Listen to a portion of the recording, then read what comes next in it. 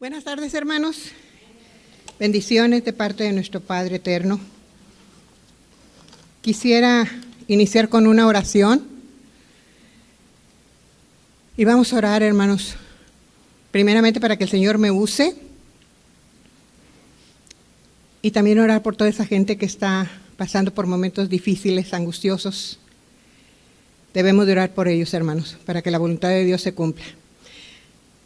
Bendito Señor, Dios Padre Todopoderoso, sabemos, como dice tu palabra, que tus ojos están sobre los justos y atentos tus oídos al clamor de ellos. Hemos sido justificados por la obra de Cristo, Señor. Y clamamos a ti porque tenemos la certeza, la seguridad de que tú nos estás escuchando. Queremos, Señor, aprovechar estos breves momentos para suplicarte que envíes, Señor, mensajeros tuyos allá a Guatemala, Señor, a Hawái y a tantas partes donde hay tantos desastres, Señor, para que levanten el nombre de Cristo Jesús y puedan hablarles de la obra redentora, darles esa fe, esa esperanza, esas promesas que tú nos has dado en tu bendita palabra, Señor. El consuelo que solamente el Espíritu Santo puede dar.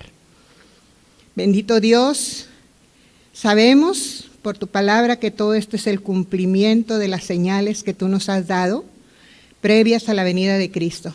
Por eso te suplicamos, Señor, ayúdanos, como dice tu palabra, a velar y a orar en todo tiempo, para que no nos tome desprevenida la venida de Cristo. Te lo suplicamos en su nombre glorioso. Y te damos gracias. Amén. Hermanos, el Señor siempre usó parábolas para darnos enseñanzas espirituales que a veces los seres humanos no podían entender. Y aquí el Señor ya no nos está hablando por parábolas. Nos está hablando a través de los hechos que están sucediendo en el mundo. Y yo estaba preguntándole al Señor, ¿qué es lo que necesitamos ahorita en este tiempo de la iglesia, Señor? Ahorita, con todo lo que está pasando, ¿qué es lo que necesitamos? Y viendo esta situación, hermanos, los testimonios que hemos escuchado por la televisión, ver el desastre que ha ocasionado este volcán en Guatemala, que tomó a muchos desprevenidos. No sé, no saben exactamente cuántos son los muertos, pero familias enteras quedaron sepultadas bajo la lava, bajo las cenizas candentes de este volcán. Y eso me hizo recordar algo, hermanos, que dice el Señor en Marcos, capítulo 14, versículos 35, 36, dice, velad pues, porque no sabéis cuándo vendrá el Señor de la casa, si al anochecer o a la medianoche, o al canto del gallo o a la mañana, para que cuando venga de repente no os halle durmiendo. Y lo que a vosotros digo, a todos lo digo, velad. La venida del Señor va a ser de repente, hermanos, también.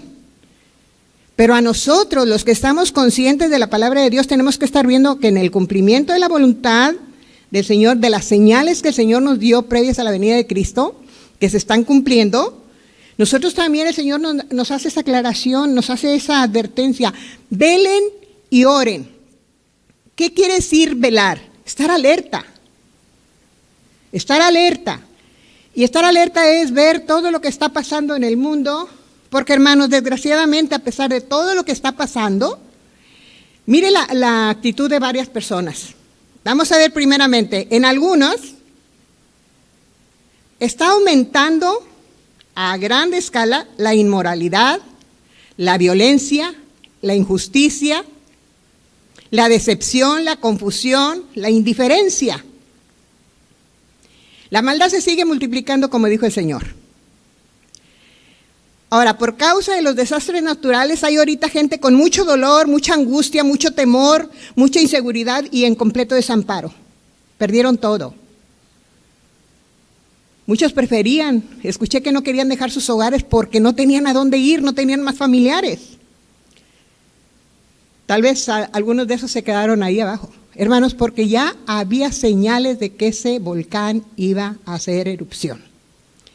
Y nosotros estamos escuchando, Cristo viene pronto, Cristo viene pronto, Cristo viene pronto, y estamos viendo las señales. Pero no todos, hermanos, no todos estamos velando y orando. El Señor nos dice a su iglesia, velad y orad para que no nos vaya a tomar desprevenida la venida de Cristo. Ahora, hay personas que confían y se aferran a otras muchas cosas, hermanos, pero ni aún así quieren someterse a la voluntad de Dios. Va a haber personas que hay equipos de, ¿cómo le llaman estos de... no, ya se me fue hasta en el inglés y el español, pero de los que van en tiempos de desastre que van a llevar ayuda, tanto espiritual como física. ¿Cómo es? Bueno, van a ir, hermanos, pero habrá gente que ni aún así va a querer. ¿Por qué lo digo? Porque la misma palabra dice que en la gran tribulación, aún a pesar de todas las cosas que van a venir, no todos se van a arrepentir. Hay quienes dicen o nos juzgan como locos, estos cristianos están soñando, están delirando. Pero hermanos, qué terrible, porque se está anunciando ya con todos estos hechos. Dice el Señor que cuando veamos cumplidas todas las señales, ¿qué debemos de hacer? Prepararnos. Ahora, en la iglesia de Jesucristo también hay aflicciones, hermanos, también hay dolor, también hay sufrimiento en diversas pruebas. Yo quisiera que levantara la mano aquel que no está pasando por pruebas. Todos estamos pasando por alguna situación difícil. Pero ¿por qué el Señor permite todo esto, hermanos? Dice el Señor claramente en su palabra que los pensamientos de Él son de bien para nosotros. Nosotros no lo alcanzamos a comprender, pero el pensamiento de Dios es de bien para nosotros. ¿Qué ha hecho el hombre a través de tanto tiempo? Rebelarse contra Dios, no creerle a Dios y hacer las cosas a su manera. El enemigo tiene bastantes medios para atraer nuestra atención. Y parece ser, como dice en Isaías, que veremos a Cristo más inatractivo para que le decíamos, ay, qué aburrida es la iglesia. Ay, no, a mí me da mucho sueño. Ay, no, hoy no voy a ir por X, Y y Z. No nos atrae. ¿Por qué? Porque hay mucha carnalidad todavía en nosotros, hermanos. Necesitamos pedirle al Señor, santifícanos con tu palabra, con tu verdad. Entonces la iglesia también está pasando por esas pruebas, hermanos, pero nosotros tenemos la fe, tenemos la esperanza, tenemos el amor de Dios. Dice ahí la palabra, ¿quién nos podrá apartar del amor de Dios? ¿Quién? Nadie, ni nada, ni nadie. Entonces, cuando nosotros estamos en todo eso, hermanos, sabemos que Dios ha prometido estar de nuestro lado, si nosotros estamos también con Él. Pero cuando le damos la espalda al Señor, vamos a sufrir, fíjense bien, hermanos, vamos a sufrir las consecuencias. Y no porque Dios quiera que nos vaya mal. Al contrario, Dios, grabémoslo bien, hermanos, Dios ha hecho todo para que nosotros seamos bienaventurados. Que en otras palabras es feliz a la tercera potencia. La cuestión es que nosotros confundimos la felicidad que nosotros creemos que es la buena con las cosas terrenales y no con las cosas espirituales. Pero ¿qué nos dice la palabra de Dios a la iglesia de Jesucristo, hermanos? Primeramente nos recuerda en 1 Pedro 4:7, mas el fin de todas las cosas se acerca. Es palabra de Dios, hermanos. Mas el fin de todas las cosas se acerca. Sed pues sobrios y velad en oración. Sed sobrios, conscientes, ver lo que está pasando. ¿Qué es lo contrario de sobrios, hermanos? Está como mareadito, ebrio. Y no solamente el alcohol puede embriagar a alguien, hermanos. Las riquezas, el poder pueden traer esa alegría, o sea, esa espumita que puede alejarnos del Señor. Pero el Señor nos dice claramente, mas el fin de todas las cosas se acerca. Sed pues sobrios y velad en oración. Esto es lo que Dios nos está diciendo a la iglesia. Si usted y yo no escuchamos a Dios, vamos a pagar las consecuencias. Si Dios nos está diciendo, haz esto y no lo hacemos, vamos a sufrir las consecuencias. En Primera de Pedro, vamos a analizar esa carta, hermanos. Primera de Pedro, vamos a comenzar en el capítulo, bueno, déjenme repetirles uno que también nos va a aclarar. Dice, todos pasamos por aflicciones, que dice el Señor, en el mundo tendréis aflicción, pero confiad, yo he vencido al mundo. Y ahora el Salmo 34 nos dice, muchas son las aflicciones del justo, pero de todas ellas nos librará el Señor. Dice Pedro, hermanos, en la primera carta de Pedro, en el capítulo 4, versículos 12 al 13, dice, amados, no os sorprendáis del fuego de prueba que os ha sobrevenido, como si alguna cosa extraña os aconteciese, sino gozaos por cuanto sois participantes de los padecimientos de Cristo, para que también en la revelación de su gloria os gocéis con gran alegría. Hay una promesa maravillosa, hermanos, que ni siquiera la podemos nosotros captar porque nuestra mente está muy pequeñita para la grandeza de la mente de Dios. Pero dice que si nosotros padecemos, no nos debemos de extrañar, pero siempre y cuando sean no sufrimientos por nuestra rebelión, por nuestra desobediencia, sino porque decimos, Señor, yo te amo, yo quiero seguirte, no va a ser fácil, van a venir pruebas, van a venir aflicciones. Y ahorita que decía el pastor de la hermana que se va a bautizar, que la familia se pone en contra, dije, palabras que yo escuché. Hermanos, ahí la palabra a mí me llevó y dice, los primeros que se oponen a nuestra relación con Cristo son los de la familia. Y aguanté, dije, a mí ni quién me separe del Señor. Y el Señor ha sido fiel. Ha extendido su misericordia y su salvación a muchos de mis familiares. Yo fui la primera. Entonces el Señor es fiel en sus promesas, hermanos. Por eso dice, no se sorprenda, hermano, de que estemos pasando por pruebas. El Señor nos conoce tan bien, y vemos ahí ejemplos en la Biblia, de que cuando estaban en prosperidad, cuando estaban en bonanza, cuando estaban, tranquilos, gozando, se les olvidó quién era Dios. Y por un breve momento que se hayan olvidado de Dios, pagaron consecuencias tremendas. No vale la pena, hermanos, no vale la pena alejarnos de Dios. Eso es lo que quiere el enemigo para destruirnos. Y lo oímos y lo hemos oído, que Satanás viene para robar, matar y destruir. Robarnos el gozo, robarnos la paz, destruir nuestras vidas, destruir nuestros cuerpos. Lo atrae con muchos placeres del mundo. Pero sobre todo destruye nuestra alma, hermanos, destruye nuestro corazón.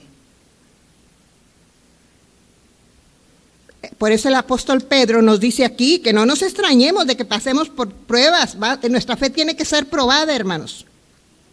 Dice, pero gócense, dice, sino gozaos por cuanto sois participantes de los padecimientos de Cristo. ¿Para qué? Fíjense, para que también en la revelación de su gloria os gocéis con gran alegría.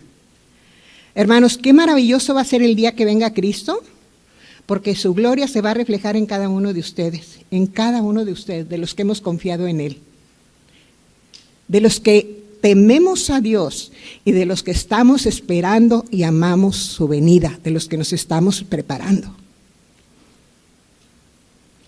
Va a venir así como ese volcán, hermanos. De repente soltó toda la lava, toda la ceniza. La gente no corrió. ¿Pero qué pasó? ¿Se fijaron en muchos de los noticieros que había gente con sus celulares y venía la nube esa de ceniza y todavía así, ya cuando lo vieron cerquita empezaron a correr? ¿Ustedes creen que le ganaron a la nube de ceniza? No. Así va a haber mucha gente. Están viendo, están escuchando en las iglesias lo que Cristo nos dice que debemos de hacer previo a su venida, y todavía estamos como en la luna. Qué horrible va a ser, hermanos, para los que se queden. Qué horrible. Si ahorita vemos esa cara de angustia, esa cara de terror en las gentes, como cuando han pasado los terremotos, ahorita que está este volcán que fue tan repentino, los terremotos también, hermanos, no avisan. Esa misma cara de angustia no va a hacer nada a lo que van a tener que vivir. Dice que correrán debajo de las cuevas diciendo, cáete encima de nosotros, buscarán la muerte y no la van a hallar.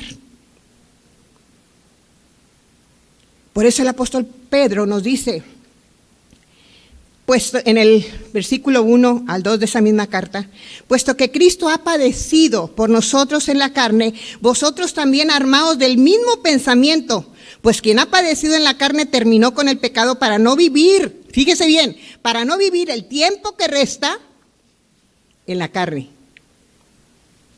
¿Qué es vivir en la carne? En los placeres del mundo, de acuerdo a los rudimentos del mundo. Dice, para no vivir el tiempo que nos resta. ¿Usted sabe cuándo se va a morir, hermano? ¿Ustedes creen que toda esa gente ya tenía anotada su fecha en el calendario? No, ni nosotros sabemos cuándo nos vamos a morir. Pero los que creemos, le creemos a Dios, sabemos que aunque nosotros muramos, los que estamos en Cristo, dice el Señor, aunque estén muertos, viviremos. Dice, para no vivir el tiempo que resta en la carne conforme a las concupiscencias de los hombres, sino conforme a la voluntad de Dios. Mire lo que dice en Isaías 55, 8 y 9, hermanos. Si alguien lo encuentra, primero que yo, léamelo, por favor. Isaías 55, 8 y 9.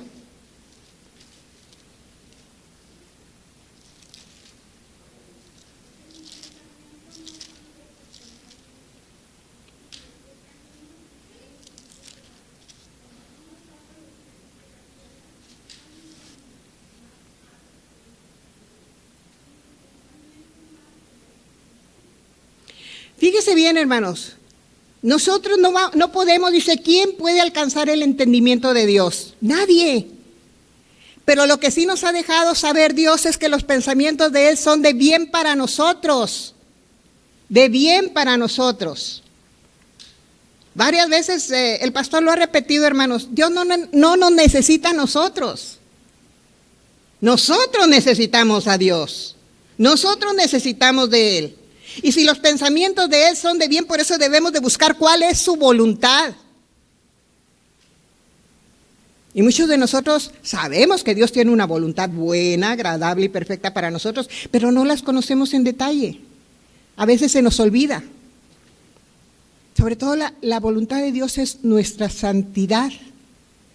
¿Qué quiere decir eso? Como dicen, ¿con qué se come? Nuestra santidad es vivir apartados del pecado, hermanos. Vivir apartados del pecado, aborrecer el pecado. Y en Jeremías 29:11, pues es lo mismo que dice, que sus pensamientos son de bien para nosotros, hermanos, y aquellos que lo busquemos lo encontraremos si lo buscamos de todo corazón. Primera de Pedro 4:3-5 dice, baste ya el tiempo pasado para haber hecho lo que agradaba a los gentiles, andando en lascivias, concupiscencias, embriagueces, orgías, disipación y abominables idolatrías. A estos, o sea, a los gentiles, a los que no conocen al Señor, dice, a estos les parece cosa extraña que vosotros no corráis con ellos en el mismo desenfreno de disolución y os ultrajan. Pero ellos darán cuenta al que está preparado para juzgar a los vivos y a los muertos. Como decíamos ahorita, hermanos, cuando nosotros venimos a Cristo, la gente dice, ay, ya te hiciste de los hermanitos, como en tono de burla. Así me decía a mí una cuñada mía, que ya partió de este mundo, pero no les puedo decir que está con el Señor, hermanos. Porque hasta el último momento de su vida estuvo rebelde. No pudo perdonar. No dejó acercarse a su única hermana, prohibió que se acercaran al hospital y prohibió que se acercara a su funeral, a su única hermana. Y me decía, uy, tú ya te hiciste de las hermanitas.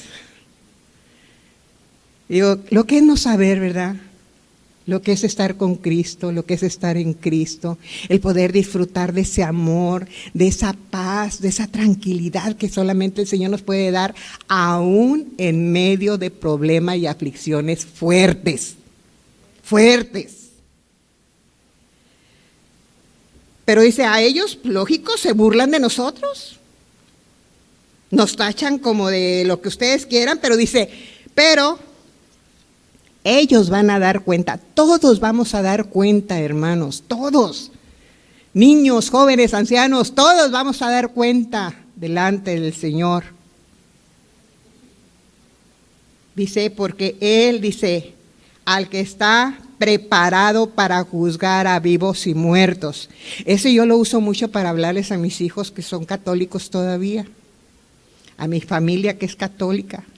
Les digo, ¿se acuerdan lo que dice en el credo? Que Él vendrá de nuevo a juzgar a vivos y muertos. Sí, ¿y ya lo entendieron?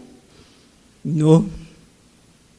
Y ahí es donde agarro yo, como dicen, agarro la hebra para poderles dar conocimiento de la palabra.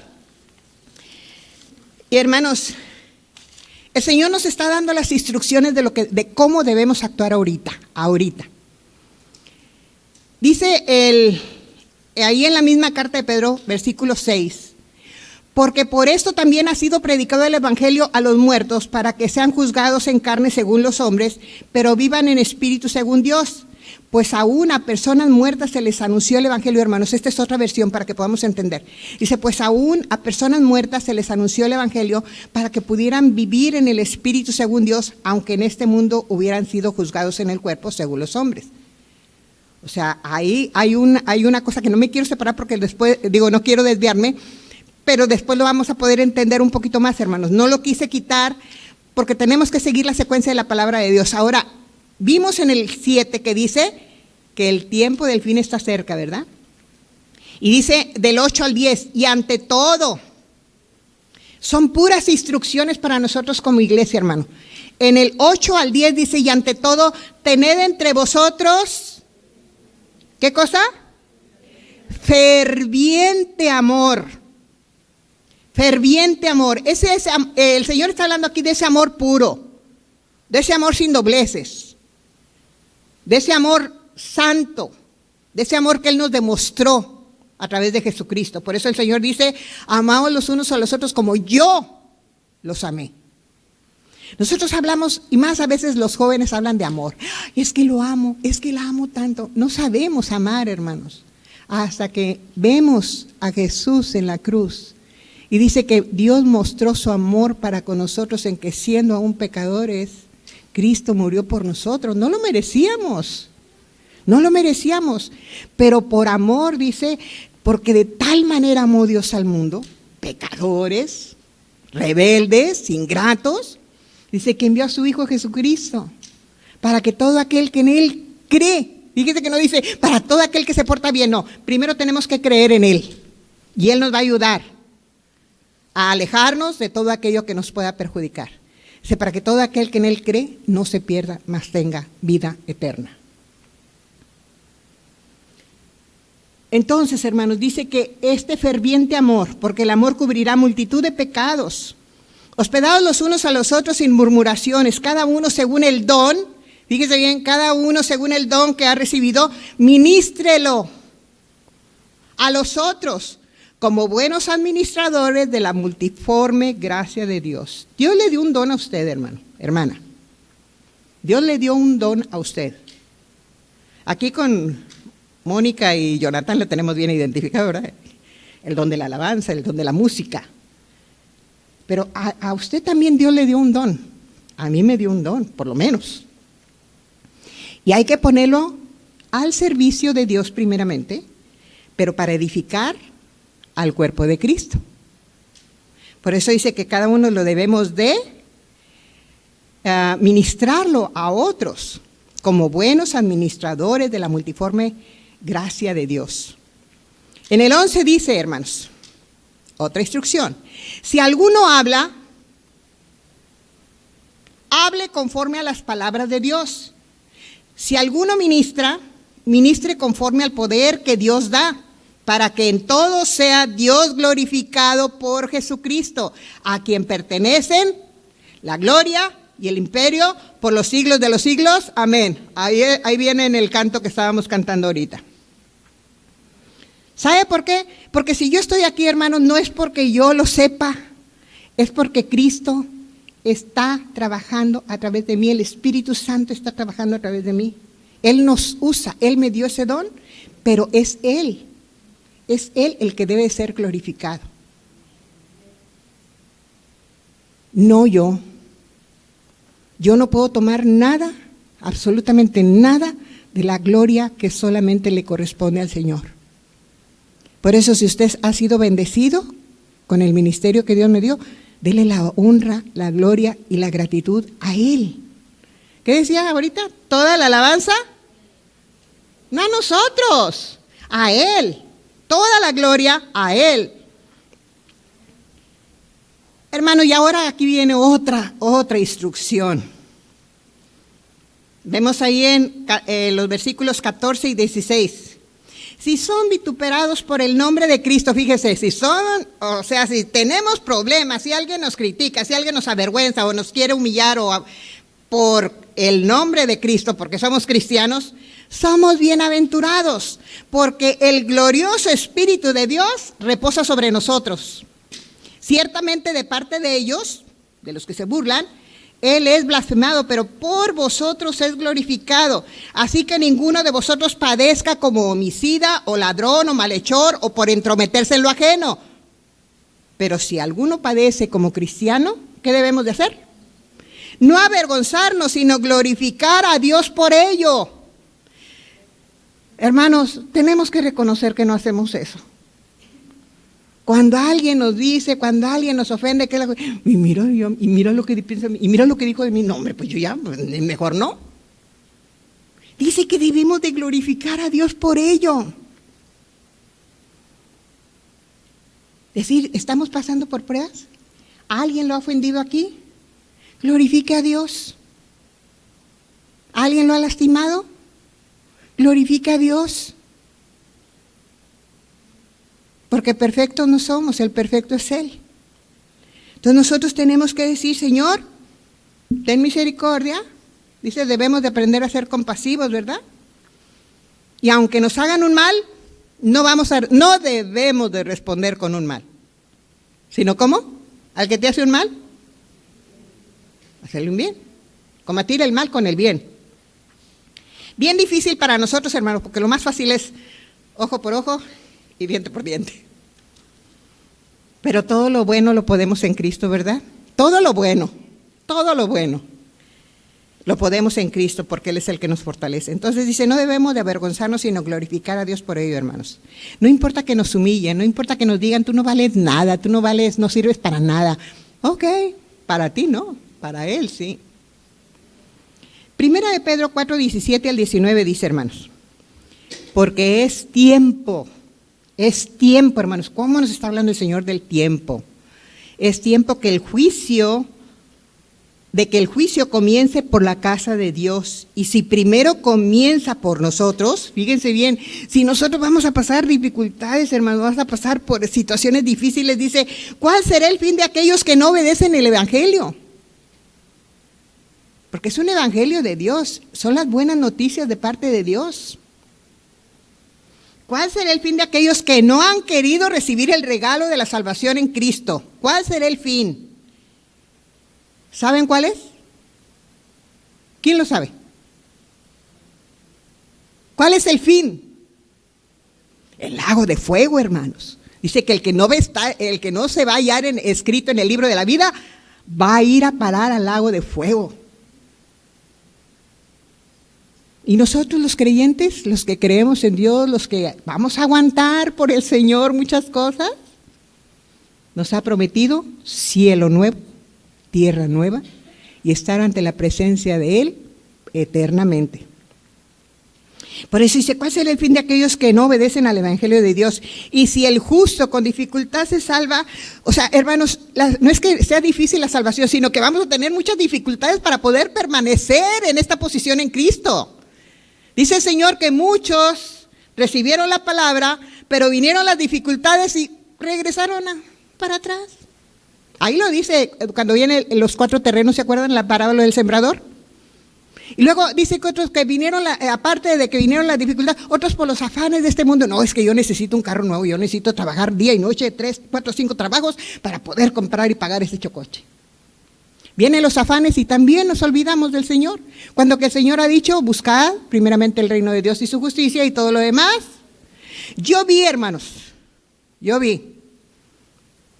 a una personita que no tenía recursos, Pero vino a los pies de Cristo, empezó a caminar con el Señor y se le juntaron así de repente 2 carros. 2 carros. Y dice, ¿y ahora qué hago con 2 carros? Pues regálale uno a otra persona que lo necesite. No sabía ni manejar. No sabía ni manejar. Se encomendaba a Dios y decía, vayan orando por mí mientras voy manejando. Pero aprendió. Digo, cuando le creemos a Dios, Él cumple, hermanos. Él cumple. Por eso nos dice, el Señor nos repite y nosotros insistimos en no creerle. Por nada estéis afanosos, sino sean conocidas delante de Dios vuestras peticiones en toda oración y ruego con acción de gracias. Y la paz de Dios, que sobrepasa todo entendimiento, guardará vuestros corazones y vuestros pensamientos en Cristo Jesús. Dice, ¿en dónde aparecerá el impío y el pecador? De modo que los que padecen según la voluntad de Dios, encomendemos nuestras almas, hermanos, al fiel Creador y hagamos el bien. Hagamos el bien, eso es lo que dice ahí en el versículo 19. ¿Qué espera el Señor de nosotros, hermanos? Le voy a decir que así para terminar. Debemos ser ejemplo de la grey. Y todos sumisos unos a otros, revestidos de humildad, porque Dios resiste a los soberbios y da gracia a los humildes. Debemos humillarnos bajo la poderosa mano de Dios para que Él no se exalte cuando fuere tiempo, echando toda nuestra ansiedad sobre Él, porque Él tiene cuidado de nosotros.